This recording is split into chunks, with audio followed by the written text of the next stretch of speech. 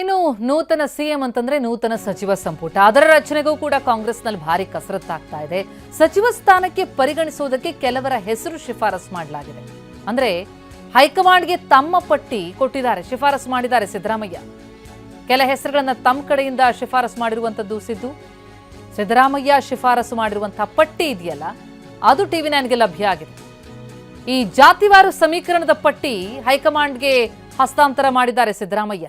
ಹಾಗಿದ್ರೆ ಸಿದ್ದು ಪಟ್ಟಿಯಲ್ಲಿ ಯಾರ ಹೆಸರಿದೆ, ಯಾವ್ಯಾವ ಶಾಸಕರ ಹೆಸರುಗಳನ್ನ ಶಿಫಾರಸು ಮಾಡಿದ್ದಾರೆ ಅಂತ ನಾವು ನೋಡ್ತಾ ಹೋದ್ರೆ AS Ponnanna, Shivaraj Tangadagi, Puttarangashetty, K Venkatesh, Basavaraja Rayareddy, BK Hariprasad, Santosh Lad, HC Mahadevappa ಮತ್ತು ಜಮೀರ್ ಅಹಮದ್ ಈ ಹೆಸರುಗಳನ್ನ ಶಿಫಾರಸು ಮಾಡಿದ್ದಾರೆ ಸಿದ್ದರಾಮಯ್ಯ ಅನ್ನೋದು ಮಾಹಿತಿ.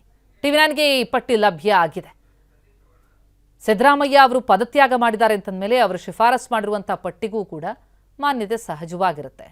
ಹಾಗಾಗಿ ಅದನ್ನ ಪರಿಗಣಿಸಿ ಹೈಕಮಾಂಡ್ ಏನ್ ನಿರ್ಧಾರಕ್ಕೆ ಬರುತ್ತೆ, ಇನ್ನು ನಿರ್ಧಾರ ಆಗಿಲ್ಲ. ಇದು ಶಿಫಾರಸು ಮಾಡಿರುವಂತಹ ಪಟ್ಟಿ.